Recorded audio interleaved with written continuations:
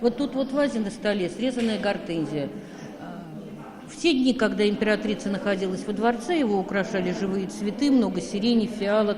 А гортензии Александра Федоровна любила больше всего. Снимки залов Александровского дворца сделаны сразу после того, как его покинула царская семья. Еще не музей, а обжитой дом, который хранит тепло хозяев, встретил 1 августа 1917-го художественную комиссию во главе с архитектором Лукомским. Хотели сохранить для потомков, как выглядели все эти ценности на закате российской монархии.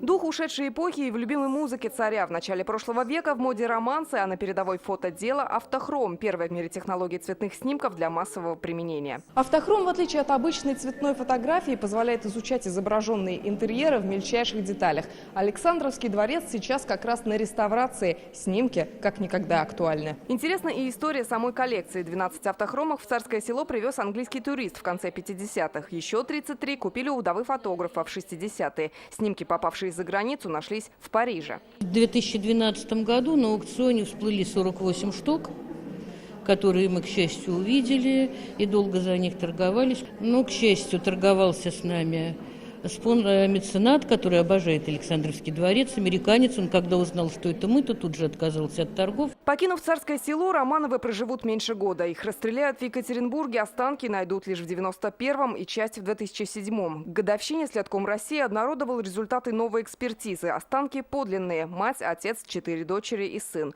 В 2000-м Русская Православная Церковь причислила Романовых к лику святых. Просто жалко. Он столько сделал хорошего, и при нем все развивалось. И индустрия, и медицина, и педагогика. Хотя вот в советское время люди некоторые по-другому относились к этим событиям, а мне всегда было эту семью жалко. Казань – первый город, куда экспозицию привезли из Царского Села. Выставка будет работать в музее Баратынского до 17 июля. Лена Знатульна, Данил Филатов, ТНВ Казань.